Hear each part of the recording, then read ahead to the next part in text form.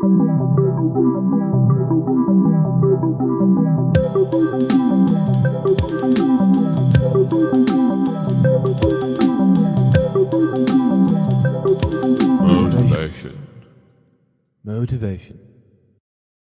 Afternoon, people. Good afternoon. Good afternoon. Welcome to the podcast. Yeah, that's true. It's a good name. It's still nameless. It's true. Yeah. We will endeavour to figure out a name by the end of this podcast. No, by the next one. I think. Maybe we just haven't got the motivation to do it. Oh, segue, people. This is getting way too serious now. People are getting professional about it. We've just had a little pep talk from our producer. Yeah. Guys, come on. Yeah, don't talk over each other. That's the higher professionality. Well, I mean, Today's topic: motivation. Motivation. Straight into it. So I'm in Sesame Street. Let's go. So you wanted to talk about motivation? Yeah, What motivated you to do that? I think motivation for me is really important, and it's an important subject. Not important for me as in you've got to get motivated to get things done. I've found with a lot of people that I speak to and try and help out with anything health and fitness wise. What kind of people are you talking about? Just friends, family. I've got a couple of guys at the jiu-jitsu gym. I kind of help out. Mm-hmm. I'm not like a professional like Jack is, but just kind of testing my hand. But you've been in the health and fitness game all your life, though. I was born into it. Exactly. And you know what? If you could see him right now, he's got a fresh bleeding tat on this big bulging bicep. You'd understand that he probably came out a bit of a Celtic warrior. Yeah. These ones. I had the first tattoo when I was 2 years old. Sure. The point I was going to make is you give people all of this advice, and you can give them all the information in the world. You can tell them what books to read, what videos to watch. Yeah, I can help with that. And 90% of them do nothing about it. And I think it's often people know what they need to do, they just haven't got the motivation to make a change or the motivation to get started. And I think that must be a bigger challenge for getting someone to change than any knowledge base. It's if you want someone to lose weight, to get fit, to build muscle, there's 1,001 ways to do all of those different things, but none of it is going to happen if they don't start, and that start has to come with motivation, and it has to be motivation from them. So I started thinking about it a bit recently and put an article on my blog, and I personally want to try and focus and understand a bit more about what motivates people. Why one person you give the information to runs off and does everything and loses six kilos in 4 or 5 weeks, whereas everyone else they try it twice and then they go, oh actually I'm on to something else now, and it's the same thing over and over with that. High level athletes I've bumped into. But what kind recently. of people? What kind of thing? But the vast majority of people are average people who don't dedicate themselves wholly to fitness, which is fine, which is completely normal, but it's that motivation. So they'll say, like you said, how do I get in there? Could I just add to that as well? I don't mean to interrupt. Well, I am. Mm-hmm. But they are the people that actually even make it into the gym. And you've got a whole group of people that don't even make it. For sure, yeah. I mean, what I was saying about those people is that they will say, how do I lose weight? That's it. That's what they ask me. That's a question that we get. How do I lose weight? How do I get rid of fat? How do I get rid of belly fat? Yeah. And then you start to explain to them, and they suddenly, because you haven't said a one sentence answer, you suddenly just see them. You can see them just giving up. Straight away, you can see them giving up. You just say, well, what kind of things do you eat? Because I say the first thing you need to do is just don't go on a diet, but just start to understand food. Start eating single source foods, so that you know that steak, broccoli, potatoes, carrots. You know that's steak, broccoli, potatoes, and carrots. Don't go for a lasagna.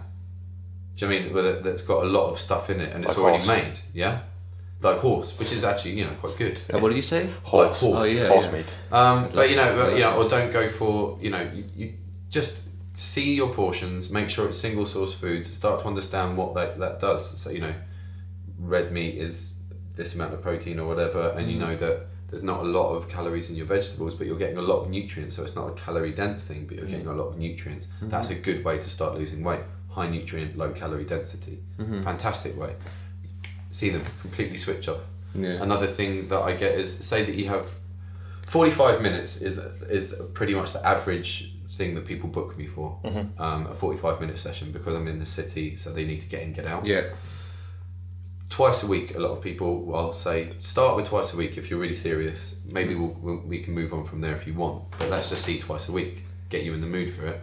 But you need to understand that that's 90 minutes out of 10,000 minutes in a week. So if that's the only thing you're doing, then you're never going to see any progress, which brings me back to motivation, because progress and visible progress is a huge motivational tool.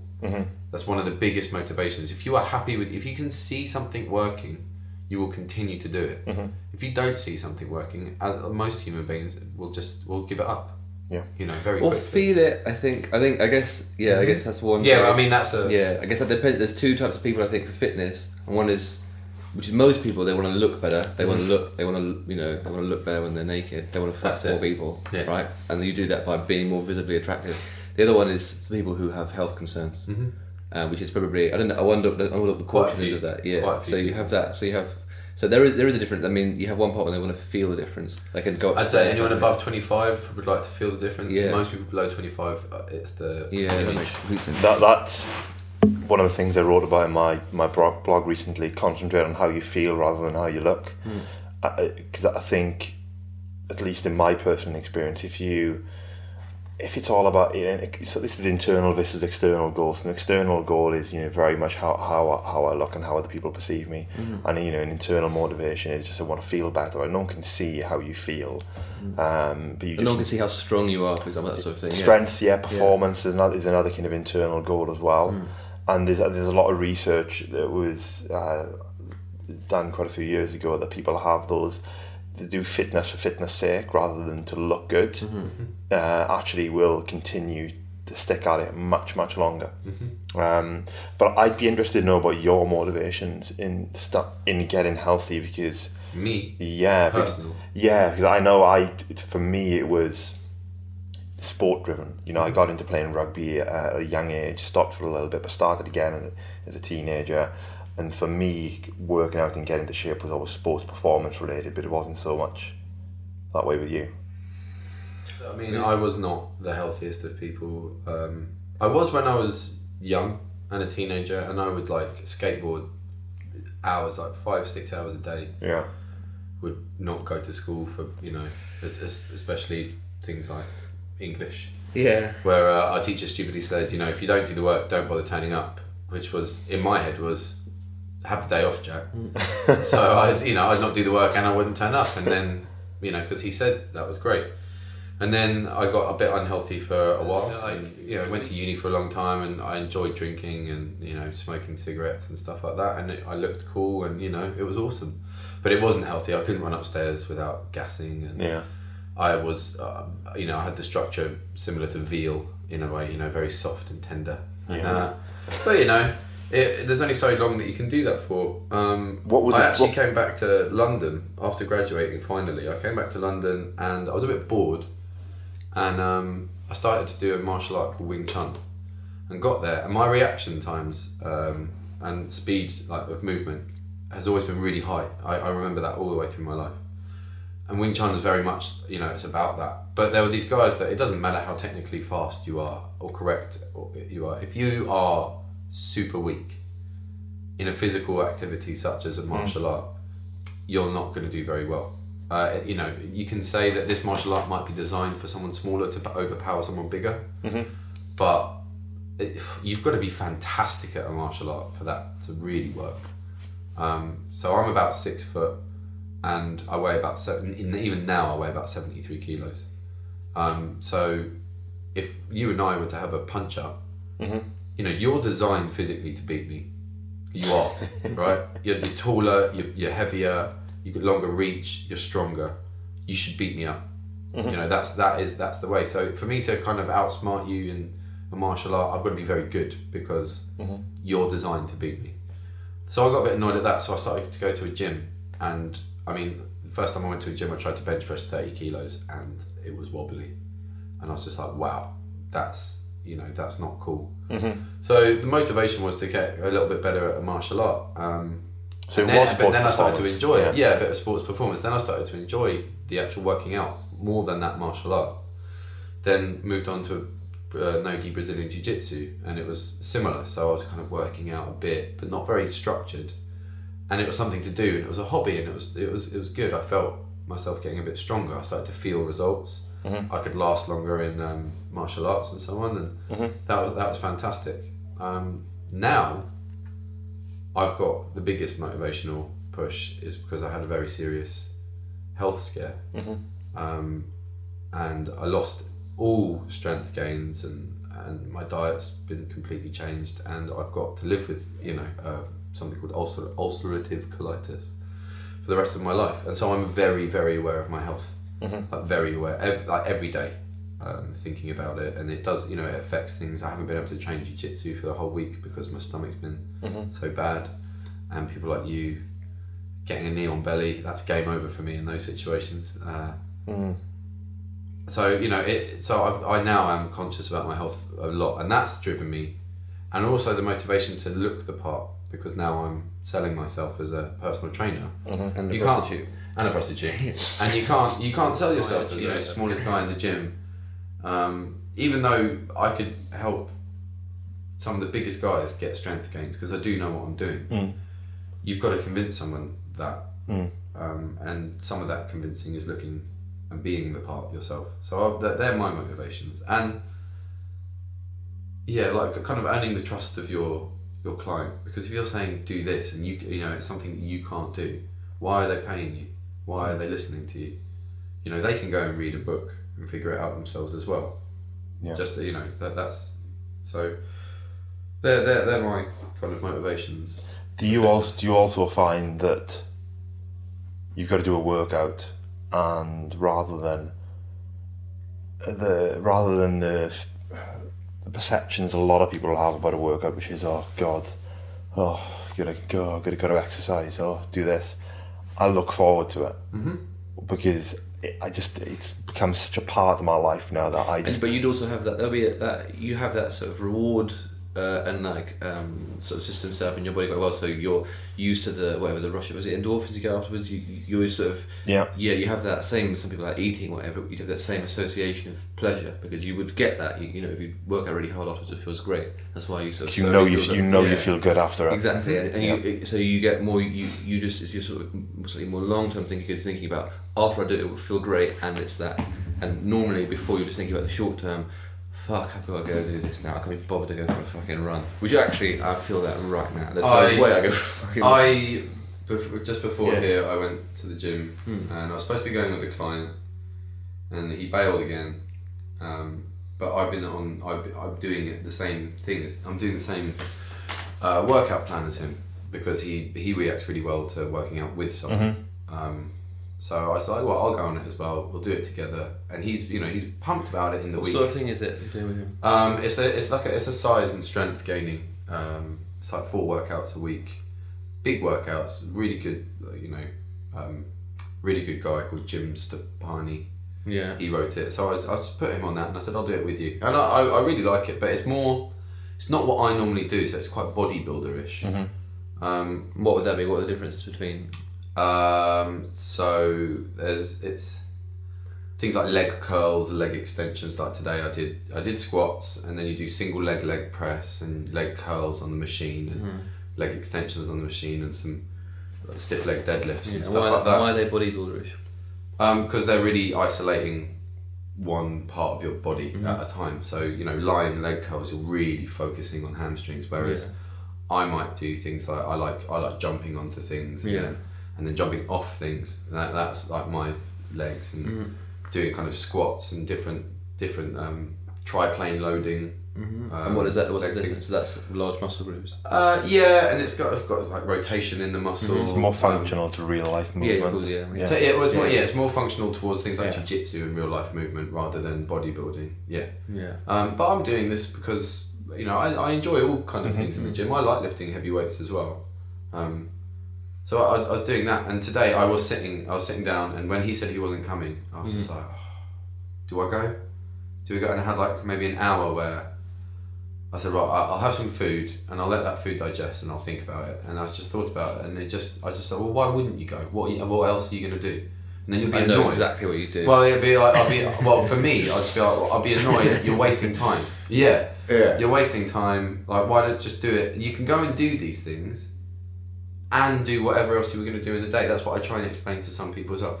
Yeah. I have clients that go, I'm going to go out on Wednesday night. Yeah. And so, well, why don't you come to the gym before? Is, like, then you'll feel fantastic when you go out. The thing is, and you get that momentum. That's the thing which I think all the time in your life. You realise that when you have somebody like whatever, I'm sure if you meet Branson, it's like he's getting so much shit done because he's got that momentum. Yeah. If you're whatever unemployed, the job Sunday, it's like, oh, I've got to go shop today.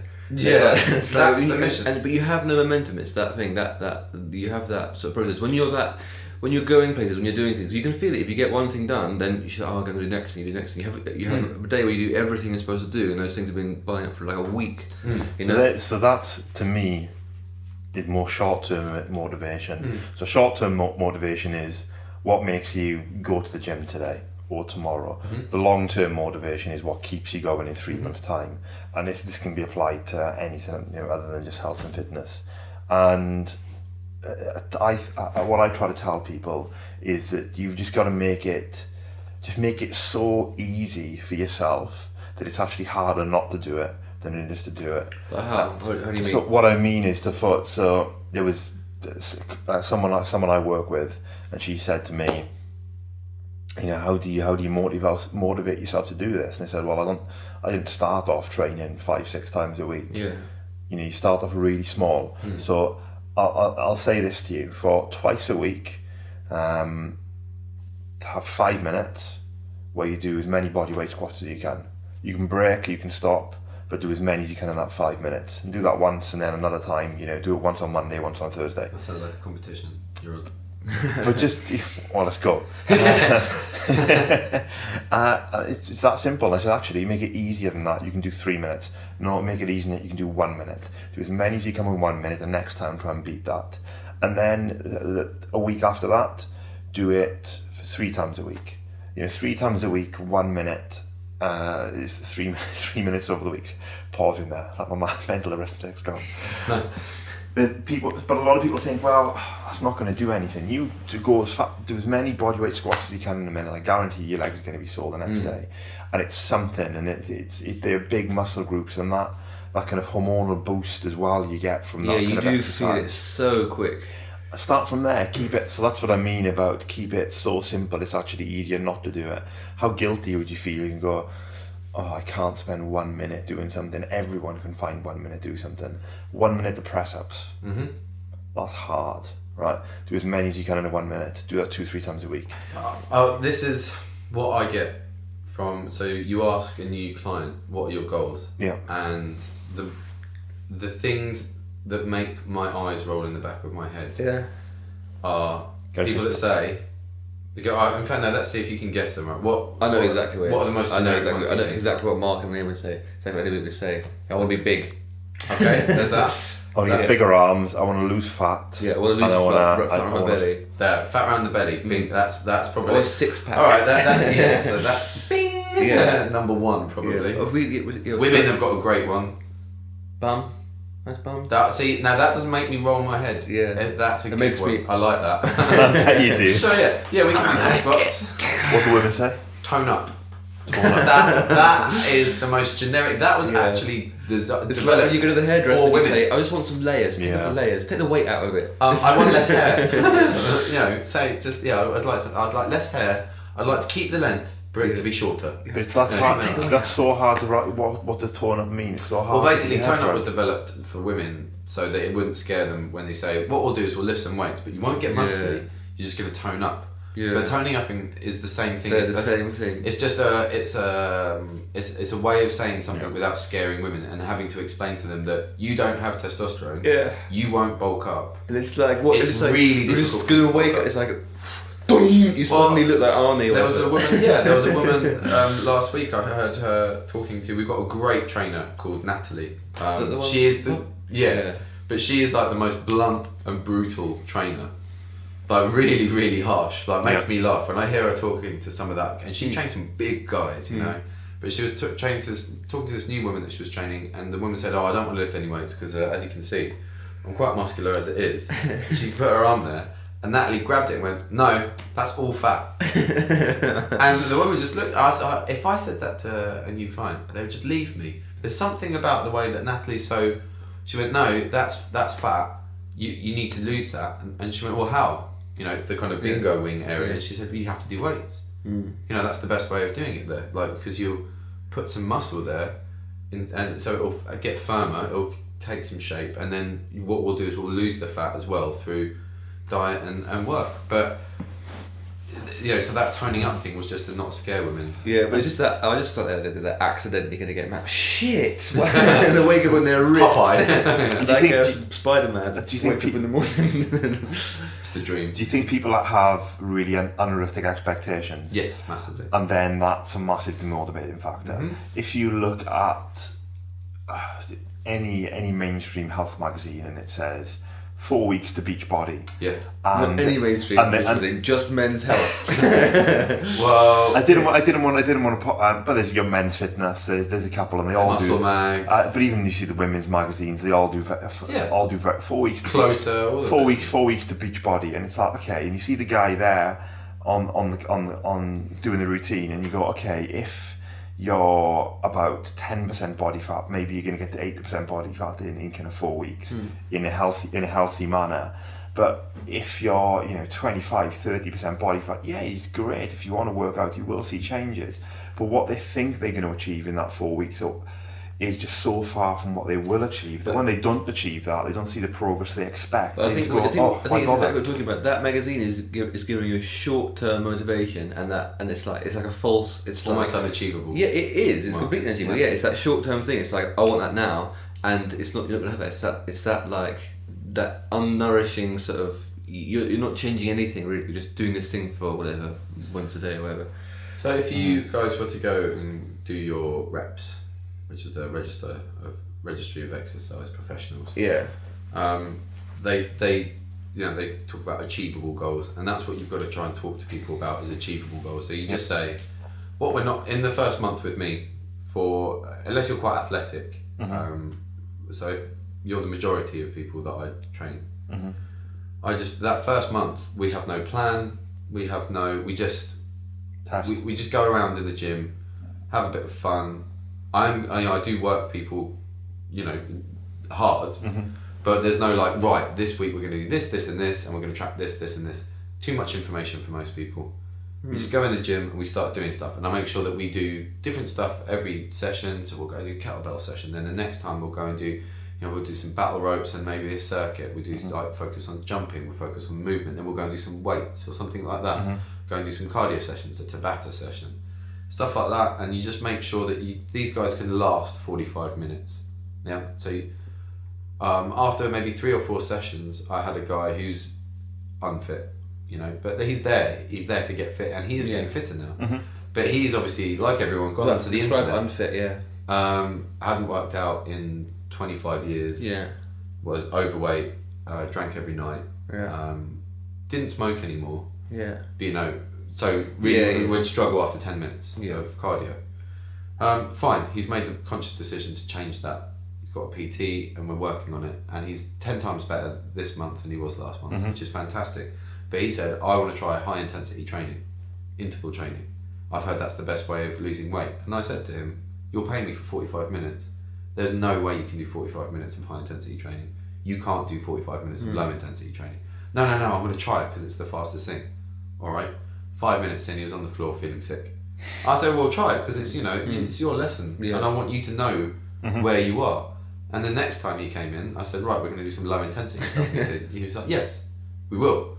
I'm going to trust you again. Yeah. So it's, letting someone make a mistake is sometimes a good motivation. That's what you were a child, though, isn't it? Well, yeah. But that's how I learn the best is when I, mess up. Put your hand in the fire to see if it's hot. Another great thing for motivation is I've found working in pairs. Okay. Working in pairs gives you that would straight away. If I was doing something else, I'd just be like, I'm I'd beat them. Yeah, well, it's either competition-wise, and so you've got that, or just someone just going, come on that last rep. Yeah. Someone's shouting, you can do it. So you've got that. Or what I started to do in my morning lessons was, it was supposed to be a circuit class, and I find circuit classes boring because everyone does the same kind of thing. In a minute, run on to the next thing. In a minute, run on to the next thing. Mm-hmm. I want to be a bit different. So we've got someone, let's say you've got a kettlebell, okay, or 2 kettlebells. Mm-hmm. You have me and you are working out. Someone's holding kettlebells racked on their chest, both of them, quite heavy. Yeah. You brace yourself in a good position. You're stood up. You have to hold those kettlebells in a racked position until I complete 300 meters on a rowing machine, and then we swap. Right. Yeah. And you do 3 sets of that. Yeah. After a while, the person who's sprinting is thinking, this guy is in pain. Yeah. He's waiting for me. I've got to push. Yeah. Because then also, while you're racked, if that starts to become quite difficult, you're going to start going, hurry up, mate. Come on, you can do it. Push faster. Come on, mate. I'm slipping. Let's go. Yeah. You will work harder for someone else than yourself. But it's also reciprocal, because you also. I like that. Yeah, it's also, but you want them to work hard when you're doing it because you don't want to carry the thing. Right. You've got both the carrot and the stick, so yeah.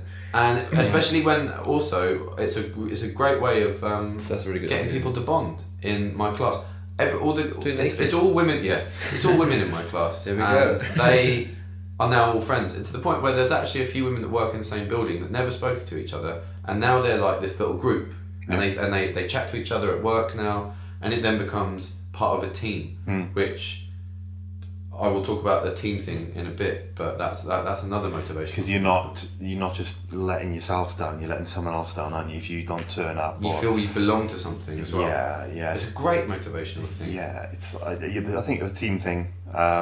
They come back to my class now. They love my class because they feel like they're part of something different. Yeah, it's really good. Yeah. And they're all progressing at the same level. There was there were 2 women that come in who are really, really good friends, and one of them is a super fit multi-marathon runner. Yeah. She's awesome marathon wise, and she pushes everything. She's always the person that says, "Oh, what's the progression of this?" And we'll do the next stage to really push herself. And her friend, she's good. She's run a marathon, but with things like circuits, so you've got lots of different types of movements. She does struggle. Yeah. She's been doing the class for about 3 months now. She's amazing.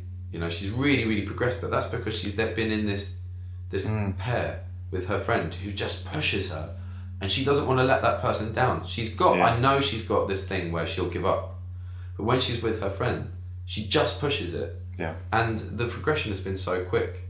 It's amazing, and so you work hard for other people. Yeah, and that ties in a lot to what you think you can achieve versus what you can actually achieve. Massive. So how would you advise those things, though, into turning it into actual advice for someone to do? I mean, if there's somebody listening... Find a buddy, go find a mate. I've got... The buddy system works. You've got the buddy system here. On top of the jiu-jitsu and going to the gym, I've started rock climbing once a week, and... For grip strength. It was a mate of mine that wanted to do it, actually. So it is really good cross-training for jiu-jitsu. It's those guys have insane grip strength.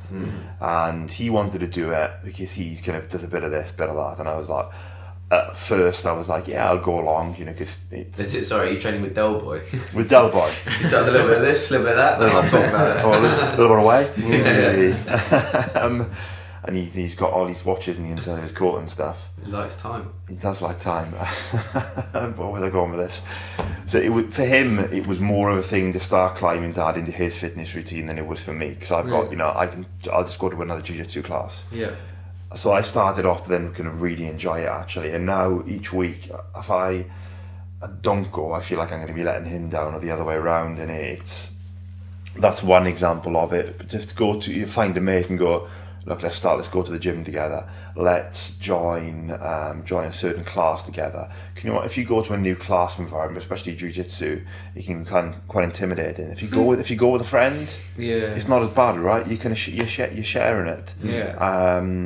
Join something together. Just find a friend. And there's actually like a lot of community stuff you can get online. You can join various websites. I just downloaded an application called Lift, and it tracks your habits, and they've got a whole list of things already programmed that you can search. One of them, like meditation, is one that I've put on there, and every time you meditate, you tick the box, and you can put a little comment, and then people will kind of give you, good job for meditating today and stuff, and like being grateful for certain things. That's something I've started to do, and I tick the box and go, so today I'm grateful for. It sounds cheesy as fuck. Oh yeah, because it is. But being, it's another topic. If I saw you on the street, I would have no idea you did that. I would have not guessed that you. It's good. It's good. It's like obviously it's something which is I think it's proven to make you happier or something. This guy's totally the new wave of hippie. Yeah, he's the tattooed 6-pack bearing hippie. Well, the point I was going to make is people give you it's called thumbs up or kudos, whatever it's called, for doing it, and like about 10 people were like, yeah, good job for, and you go, oh, cool, and it's that group, that social motivation. So affirmation, it's a positive feedback on something you do is also good motivation. Absolutely. So, of course. So to go back to what you were saying earlier, is your training class. What I like about that is that you have they're in a team and they're kind of against the trainer. The trainer is being mean. You've got to do this. It's shabby like that. Yeah. And it's like they're in a team against you, which I think is what works really well. They have a connection from that. When you're training with somebody, that's really good as well. And that's actually I think whenever the time I've been fit, when I was going to the gym, somebody was the same ability as me. So we were constantly. It was like sort of a competition the whole time. That's what it's less fun if you go with someone who's much better than you or much worse than you. It's not, you don't have the same sort of satisfaction. I think some people would agree. Obviously some, but that idea of having it's like cooperative, and it's like that's a really good idea. And competing with yourself as well. CrossFit is a great example of that. Sure.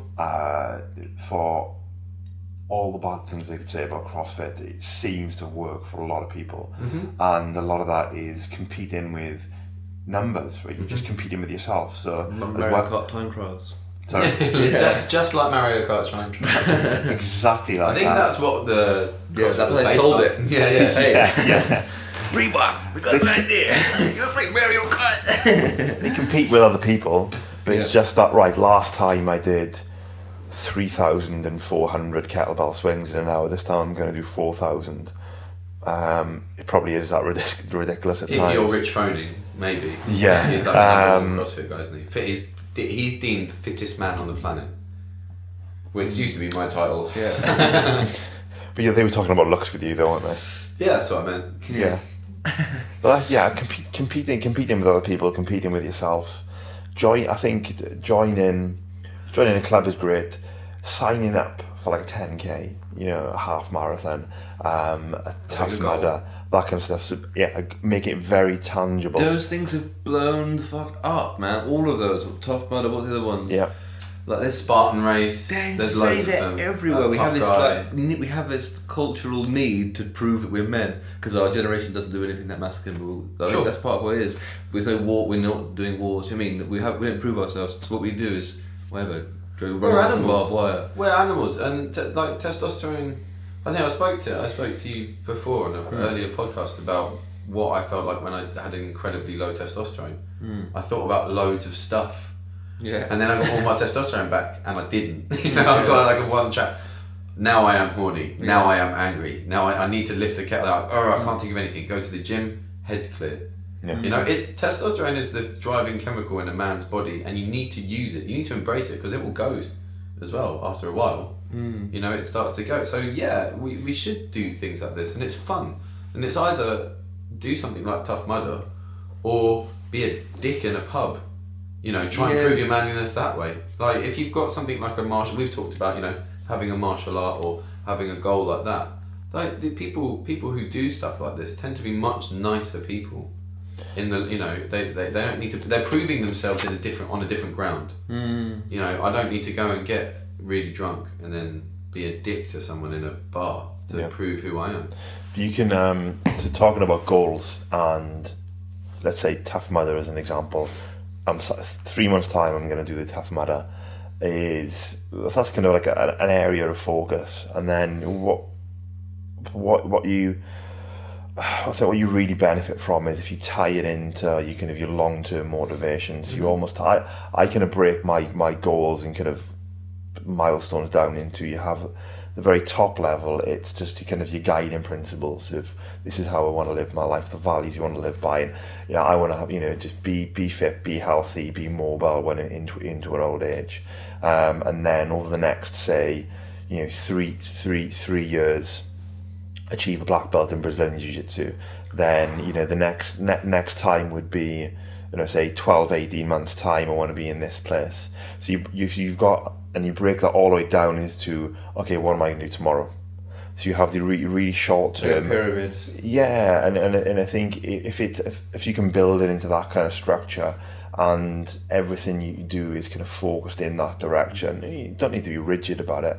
So the Tough Mudder thing as an example would be, okay, great, that ties into my longer term goal of, I want to do an Ironman or something. So an Ironman could be, so think big, right? I want to do an Ironman, but that could be 5 years time, right? Don't worry, it doesn't need to be tomorrow, and then build towards it slowly. Really alien way. I've only just started to think like that.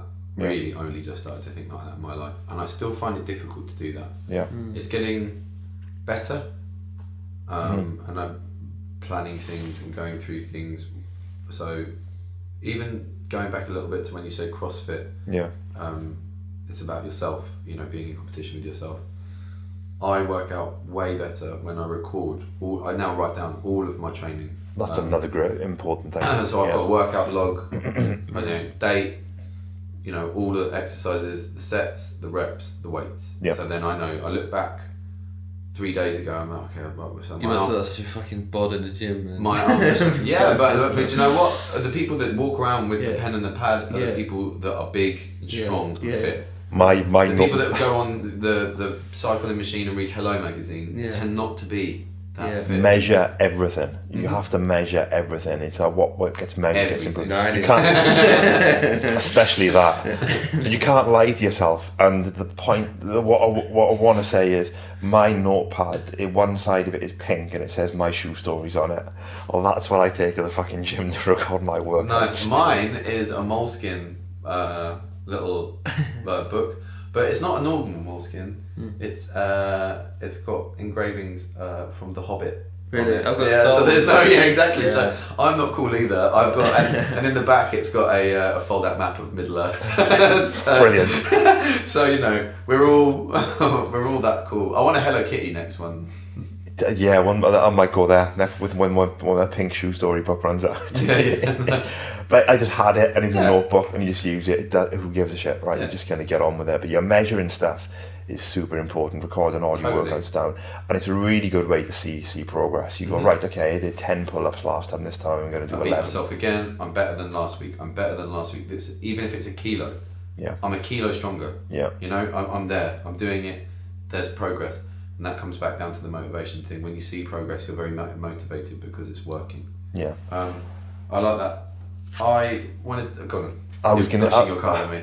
I've got my. Which is pink again. It is a thing. My little pink flashcard. Oh. The other two other things I think are really good short-term motivations.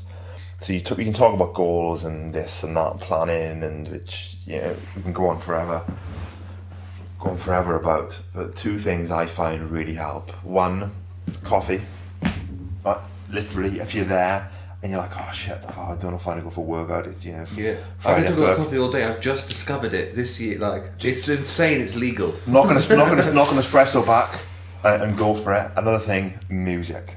Yeah. Music, I personally find is a huge motivating factor for my workout. If you put a song on and it's a song that makes you want to break something, a song that makes you want to kind of grab something and just fucking shake it until it falls apart. That works for me. Yeah. Bit of Slipknot, Yeah. There's a job and you go, right then, fucking bring it on, bit of Metallica. And even in the gym then, right, and I think if you listen to it a lot of the time in the gym, and then that is your kind of motivation music. I really like the idea of you listening to Slipknot stuff and then going home with it and saying, today I was grateful for Slipknot. I might do that. Yeah. That could be my next thing. I shocked the generic world of fitness first by putting my music on for a workout, and it was like Slipknot, A Day to Remember. And it was like a lot of boom, boom, boom, boom, boom, boom, boom, boom, boom, boom. And I just looked around and there was this one particularly heavy song that dropped, and I was doing real big, it was like bicep and back. And so me and my workout buddy were going for it, and I was loving it, and I had hood up and all of this stuff. Yeah, hood up and workout gloves on, and you're just going for it and, you know, feeling it. And I looked around, and bearing in mind that the normal music is Kesha and Bieber. Kesha's an IQ of 160. She's a genius. She's actually a genius. Well, yeah, and then I looked around and there was just all these shocked faces and people putting in their headphones almost simultaneously to listen to the kind of but I would generic headphones in that. Now that's what I call running 5 or something like that. But hold on a minute, you have to listen, you've gone from one extreme to the other. Yeah. But I mean, and someone said like, "Oh, this is bad. Like, I don't want to listen to this." And I just had to remind them, like, I'm here 10 hours a day listening to Bieber and Kesha and stuff. Maybe once a month I'll put on a good 45-minute horrible mix of blast beat and stuff, because that's what makes me want to lift. Because that's the first gym I went to. Yeah. That's what they put on. Where? In Lucky's in Lewisham. R.I.P. Oh man, that was where we were for the riots. Yeah. I was working out while they were rioting. Yeah. We were literally, for the people, everybody watching the riots on TV. Yeah. It was so surreal. No, because a couple of the guys there were going, I can't wait until this comes to Lewisham, I'm going to go and get me some shoes. Yeah. I laughed. 10 minutes later, no one was in Lucky's apart from me and you. Yeah, and then on the way home, the bus got bricked, stuff like that. The bus was like, it was mental. Yeah, you went through the riot, I went the other way around. It was wicked. I remember I stayed in my Alicia's place and then walked back to Brixton when I was living at the time, and then it was, so the riots had happened overnight. Yeah. So it just looks the same in Brixton. And it actually looked cleaner. But it was like a fucking war zone. It was very crazy walking back through there the next day. You couldn't go down the high street. Just police. Weird, like Shaun of the Dead kind of thing. It's that thing. Because on the way to the gym, all the places were closing their shutters and stuff. It was not on that little street though. The street that was run by all of the Albanians. Yeah. They just jammed outside all their shops with huge knives, and weirdly, that road was untouched. What was the situation? Not that much. Just sitting there with the huge kebab knives, just being like, "We're not closing." No, Lewisham was alright. Do you want a kebab? Yeah, no, they'd serve you if you looked respectable. They said they waved to me. I used to get some chicken after working out. Yeah. And, they didn't get touched. None of their stuff got touched. But it wasn't that bad in Lewisham. No, it wasn't too bad. No, I think they went to JD and that's about it. It's so funny that all those anyway. Well, we're talking about music in the gym. Yeah, I was going back to coffee actually. That's a good thing. I just want to talk about coffee. Yeah, I've never really enjoyed it my whole life. It made me just sort of a bit jittery and needed shit. And then this year, I realised like it's insane. And whatever, people they drink 12 cups of coffee a day and stuff. It's like basically cocaine without a couple of the like. They're really similar. Yeah, without some of the things, there's some slight differences. Well, the same effect in your brain, right? Almost identical. I mean, there's a few major differences, but not that I've tried it. But it's like it's mad. I've only sort of again recently, and it's just such a potent thing. It really does just like completely changes your. Have you tried it with coconut oil in it yet and grass-fed butter? No. I made it for you, didn't I? Bulletproof coffee will blow your mind. It's so good. Yeah. Get MTC oil. So what's the difference between MCT oil and coconut oil? I know how they make it, but it's an active ingredient in coconut oil. What they've done is they've just taken that active ingredient out and intensified it. What does that active ingredient do? What does that active ingredient do? When you put it into coffee, so this bulletproof coffee thing is when you've got the butter and that like MTC or coconut oil. Yeah. What it is it takes longer for your body to break it down, so it's a more evenly distributed high. Yeah. Really, it's got fats from the butter and stuff, so it takes longer to break down. So you don't get this massive rush and this huge crash. That's the fun bit. Well, you get this rush. Yeah. But you kind of stay there. It kind of elongates it. Your body gets a lot of energy from the fats as well. Yeah. So not only is your mind, it's not just that it's not increasing like your heart rate and kind of your mind, but you're also actually getting energy from it, so that your body is keeping up with the caffeine. Because that's another thing, is that once the caffeine wears off, sometimes you can feel doubly. And what happens when you add those kind of foods to your diet is your body is thinking, great, I've got all this fat as a source, as a fuel source, and your body starts using it as a fuel source, and therefore will start using your body fat as a fuel source as well, and start burning off a lot of body fat, because it's like, when it gets used to doing that, and it's also like, I don't need to hold on to the rest of this crap that I've got, because my energy sources are readily available. I see, yeah. And it tastes nice. It tastes so fun. I miss coffee. I miss coffee in a big way. Right. I used to have a lot of coffee. You can cut out, you had to cut out? Yeah, I did. I fooled myself for a while. And Could you have decaf?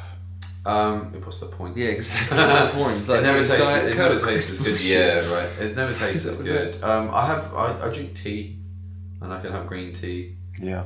But I really, really miss a really lovely cappuccino. Surely you can... I do miss it. But no, it just really hurts my stomach now. Really? Yeah. But is it not just something just a bit tender at the moment?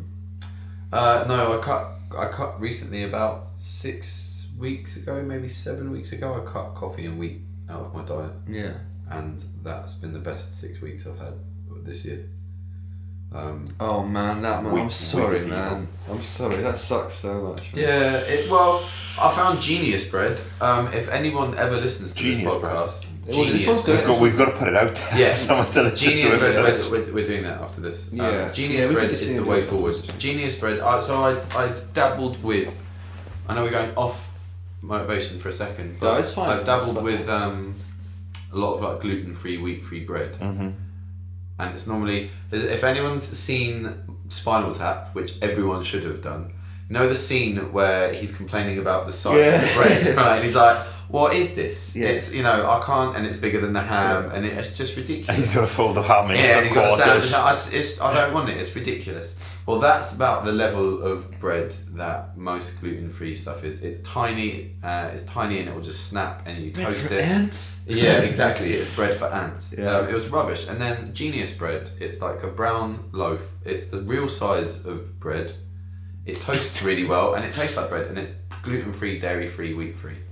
What's it made from? I don't know, but it's about 100 calories a slice though. So you eat it, you have no idea No, what it's made I from. looked, mate, I've only had one loaf of it, and I'm gonna look this up now while you carry on talking. yeah, Genius Bread, it's beautiful. It's really nice. And I just missed, because I love sandwiches, and I missed it so much. But I don't feel bad about this. You'll binge occasionally though? I haven't yet. Yeah, but I mean you will. Bagel, pizza, occasionally. It makes me feel bad. So here's my motivation for not eating the things that I love. Yeah. So I do miss pizza, but I sit next to... end it all. Thing is that, the thing is on Friday at my gym, there's free pizza gets delivered by some guys that, we give some free stuff to. So we get 2 large free Dominoes delivered, or they do. I don't eat it, but I'll sit in the room and everyone's eating it. And I originally thought I'll just have to wait. I just can't look at it. Yeah. But I'll do it because I actually now equate eating that pizza with feeling really bad for days. Yeah. So there's nothing attractive about that pizza to me anymore. And I look at it and I just think, that is awful cheese. That is really bad meat. Yeah. That's going to make me feel bad. Why on earth do I want It's that? the same with cigarettes. It's like It's exactly the same for me. I see someone smoking, I smell it and I think, you stink. Yeah. Like real cigarettes. I don't mind people smoking roll-ups. It doesn't have that same smell. But if someone goes out and has a cigarette and then comes back in, they stink. Like the whole body, they just smell like cigarettes. But that so there's no attraction slowly there. that change. Yeah, I had slowly that association of the next day. You just feel that a little bit the next day. Yeah. And I never really smoked much. Maybe I don't know. Maybe at my peak, if I was hammered in the night, I would smoke 10 cigarettes. But still, it's like now it just makes me think of like it's nasty taste. There's no satisfaction in that, or any satisfaction is just completely taken away from the fact that like. And I think a big thing is that when you get to a certain age, and it's not even like an old age. I'm not saying I'm 27. I'm not old. We're nearly gone to 28 now. Yeah, I know. Crazy days. But that's not old, but I'm definitely thinking more about, well, I've got hopefully a good 70 years more, you know. Probably start looking after everything now. Yeah, that's the thing. Whereas when you're like 20, you think, I'm invincible. Yeah. I'm the only person that's ever thought of this idea. Yeah. I know just everything. Don't die. Just Yeah. I'm the only person that's ever, you know, just do whatever you want. There's always tomorrow. And then suddenly tomorrow does creep up. And people have told you that are older and you go, yeah, whatever. And now I'm telling my brother and he's just giving me the big, you know, whatever, mate. But that's... He won't ever listen to it. That's youth. You know, like that's youth, and then you get over, you know, you get past that, and something always happens to you. You know, something's happened to everyone where it changes the way that you think about stuff, and that's a motivation in itself. So I would view eating a big bagel as going backwards in life, because I know that it's going to make me unhealthier. It's going to hurt me. It's the same as smoking. That's that would be a back pedal massively. Why would I do that unless I was an idiot? You know, I know how better I feel now when I don't smoke than when I used to smoke when I was younger. So why would I want to feel worse? That's the motivation. If you were to slip up, you ate a bagel, you smoked a cigarette, whatever it may be. For anyone else listening, they have a pint or I don't know, they have a bar of chocolate. You shouldn't feel too guilty when it does happen, because you're gonna have natural peaks. You're always gonna have natural peaks and troughs, and now and again I had like half a pizza on Thursday night, and it's just like, well, okay, like it's not the end of the world, but I don't choice rather than necessity though. Yeah, so it's a reward because you are intensely healthy. 99% of the time you are really health conscious. It's because I don't eat wheat and don't eat dairy, and it was like, you know what, fuck it, I'm going to eat it and enjoy it, and then. And just like, now and again, allow yourself that. And if it does happen, but I still don't feel guilty about it. Because what I see so many people do is, oh yeah, I drank on the weekend and I ate a burger and a pizza and stuff. That's it. Now I'm going to throw the towel in. Forget about it. Yeah, terrible. Yeah. You can reward yourself.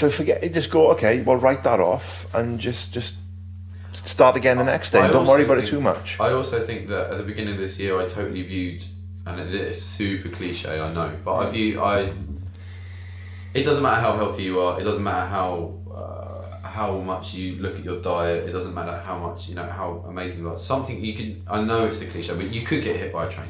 You could get hit by a bus. You could, you know, a coconut can fall off a tree. They kill loads of people. They kill you know? Loads of people. Those things can happen to you. You could be hospitalised. You could eat something from a restaurant that's got something in it. You don't know. Mm-hmm. So don't. If you really, really, really love pizza. And there's no reason like I have where it just hurts you or whatever, it's bad like that. If you're just depriving yourself of everything you like just for a pure health benefit, you're not being happy. And that's also about a lifestyle of being happy. That's what I want people to be. Because your approach, although it's impressive, that doesn't appeal to me. Like that level of sort of dietary restraint, and it's like some across the middle ground is. I mean, like, I completely respect it. It's really impressive, and like obviously you really enjoy it. It's really clear that you're very happy with your lifestyle. So, yeah. So it's not. I'm not. But that isn't for me. Definitely. Not for everyone. Yeah. My idea of what be healthy is some. You mean how you. Before you had the sort of like problem again recently, mm-hmm. You were still sort of like eating junk food occasionally, that sort of thing, like a little bit. Yeah, I'd say before about 6 weeks ago, then I'd have little binges and stuff. But that's just because my old life was very much still, in my head. Yeah. But it tipped over when I was just like, look, I'm just sick and tired of feeling rubbish. Yeah. I just want to feel good. And I spend a lot of my time trying to feel good. What's the main problem? And it was diet. And so I switched that up, and then this summer I felt fantastic. And I just, fruit, and I've introduced so much more fruit back into my life. Covering it in yogurt and having these huge bowls of mixed fruit. I spend so much money on fruit at the moment. It's weird, but it's because I like TFC. Turkish food center. Their fruit is really wicked. That's quite neat. I've been doing that and clean foods, and that's nice. And I can still go to restaurants and have brilliant food. I went to the Hawksmoor and had the best steak of my life, And I'm just thinking... They do have nice steak there. I'm thinking, what would I rather treat myself to? A Domino's pizza or a Hawksmoor steak? Hawksmoor steak. Well, yeah. Any day of the week. Exactly. You know? And like, it was mind-blowing. Marrow gravy. That's all I'm going to say is I'm a bit annoyed that all my food forever isn't covered in marrow gravy now. That gravy is too much though. Is that the same one that comes with the short rib dip? They give you like a bowl of it, they give you a chalice of that thing. Do you know what I'm talking about? Which is what all gravy should come in. It's so much. I've been to Hawksmoor, I haven't had the gravy though. No, I had there's a short rib, I can't remember what it's called. It's like I went to Meatopia last weekend. Yeah. And what do they serve there? That upset my stomach. A lot of cider apparently. Really? Some nice cider and lots of red meat. But I'm off the. Why is it? Again. Barbecue. Loads of different barbecues. But I mean, what is it about that that's upset stomach? Because red meat's quite difficult to digest, and I went to town on it. I had a barbecue last night. Have you been to Bukowski's? Bukowski in Brixton Village. No. It's pretty new. It's damn good. I had like beef short ribs and some big thick cut chips with fried in beef dripping. Yeah, that's same as Hawksmoor. Yeah, Hawksmoor. Very good. Yeah, beef drip chips. Three times cooked or whatever it is. Triple cooked chips. Triple cooked beef drip chips. The beef was really good actually. Enjoyed that. Right, so the Hawksmoor and where was that you said that you went to? Bukowski. And Bukowski. I mean, we've mentioned them, so we've all got a lot of listeners. So that was if they want to give us some free stuff. We're more than happy to trot along. I will eat your steak and tell people how good it is every day if you want. If you want that. I'll wear t-shirts. I don't mind. I love a good steak. Should we go back to the motivation now? We've had our food talk. We'll just go a little bit back to. Should we? I want a coffee. Yeah. Should we wrap it up? Yeah. Yeah. Okay. But maybe talk about what are the top things you would say to someone to get them motivated. Or they should implement in their life to motivate themselves. It's much easier to do that for someone that you know or you've spent a little bit of time with, because what, like Tom just said, what motivates you isn't the same that motivates him. Yeah. So you have to, from a trainer's point of view, for the way I train is I have a couple of sessions and I just get to know the person and then their body. What they are capable of, what they're not capable of, what they're willing to do. How are they someone who tries to talk to me loads so that they do less of a workout because you've got them, or are they people that are just like boom next thing, Get on with it. So, but going with a friend who's got similar goals to you is always fantastic. Being part of a team, so go to classes. If you know that you can't motivate yourself in a gym environment, go to a class, because you will work harder. You don't have to think for yourself. Yeah, that's you don't have to plan. You don't have to plan anything out. You turn up, you do what you're told, you leave, you've done it. Yeah. You don't even have to understand what you're doing. If you are not interested in it, you're just doing it because you feel like you're too fat. Or you feel like, oh my God, I can't run up these stairs. Or you want to look better naked, which is a huge selling point, right? Exactly. Impossible for some, but go to a class, go to something that takes off all of the stress of you, because we are inherently lazy animals. Humans are designed, like most animals, to try and find the easiest route. Okay, in fact, it's only humans that seek out the most difficult route. You go to the gym, lift these heavy weights. Why are you doing that when you don't need to? You've got a fridge full of food. You don't need to hunt. You've got everything you need. I don't know who said it. Someone was talking about like old school human comes, walking across some kind of desert. You see a tree full of apples. That human wouldn't take an apple and leave. That human would continue to live under that tree until all those apples were gone and was forced to move on. That's what we're still like. So, goes back to make it as easy as possible for you to do it. So ease, take the stress away from it, and enjoyment. That's actually something that I wanted to talk to you quickly. Make it fun. If it's a chore, you're not going to do it. If you don't like running on a treadmill, don't run on a treadmill. Do something else. Go and find some cardio that you do like, or sport, or a circuit class, or something like that. Make it enjoyable. Have fun. Make it a game. That's the best way of doing it. Can I just say something which you said earlier resonated quite quickly? Is you were saying put it down to into sort of long term goals. Slightly, like long term goal is what when we really healthy and have a nice long life and stuff. Then let's say Ironman, then whatever, like break it down to short ones. And I realised that I only really have that. I want to be, have a. I don't want to have arthritis when I'm 80. What I mean? I want mobility and flexibility at that age. Yeah. But between there and anything else, I don't really have anything else. I'm reasonably happy with my appearance, and I know that I can make that fluctuate quite quickly. Because I can sort of get like, 3 months of doing something, and I feel a lot better, and it's like I can see that quite quickly. I don't have anything in the middle, Yeah, you have different. Yeah, but that was what.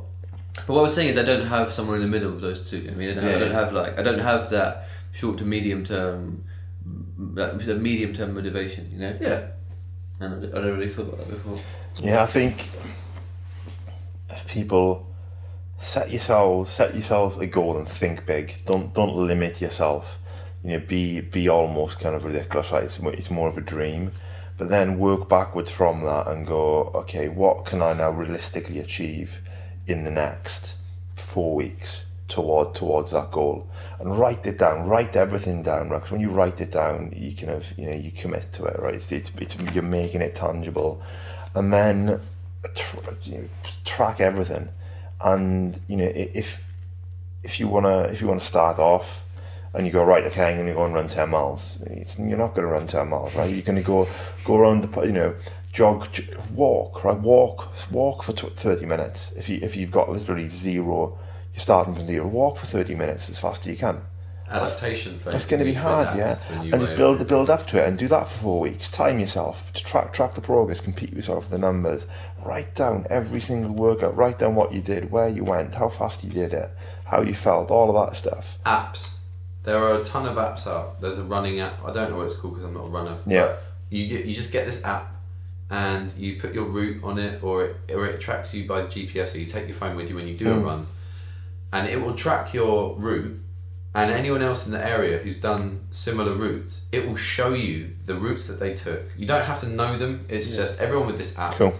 It does that route, and it says what time they did it in, and so you can just look at that route and go, he just did it 20 minutes faster than me, or she's just run it in 15 minutes faster than me. Next day you're like, you know what, TAF 1238, I'm going to beat you. I've never met you, but this blue dot that's just beaten me around the same thing in London, I'm going to beat that blue dot because I know it is actually someone, and they're going to look at me because I'm near them. I'm within 10 minutes of them.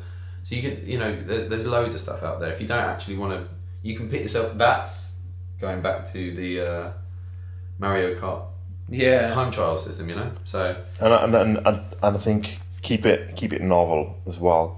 Every 3-4 weeks, if it starts to get I'm not so motivated about doing this workout, I don't know, go look online, right? Get a personal trainer, right? Learn some new exercises, try a new thing. You don't want to do that too often because you still need consistency to get your progress. But you can, if you're working on squats as an example, you don't need to just do squats. You can do box jumps, you can do lunges, you can do whatever split squats, pistol squats. You can just do wall chairs, that kind of stuff. Yeah. All is kind of going to build towards it. So just change it up, keep it novel as well. Try new things, and that really helps. If you do have questions on motivation or what to do in the gym, you can find me on Twitter at Total Strength UK. Ask me there, or there's a great blog, effectivehealthandfitness.com.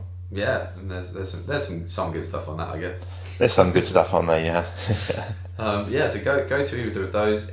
You can ask me questions, or you can ask Laurence questions on that blog. Or you've got a Twitter as well, right? Yeah, and I think it's called Effective Health Fit, something like that.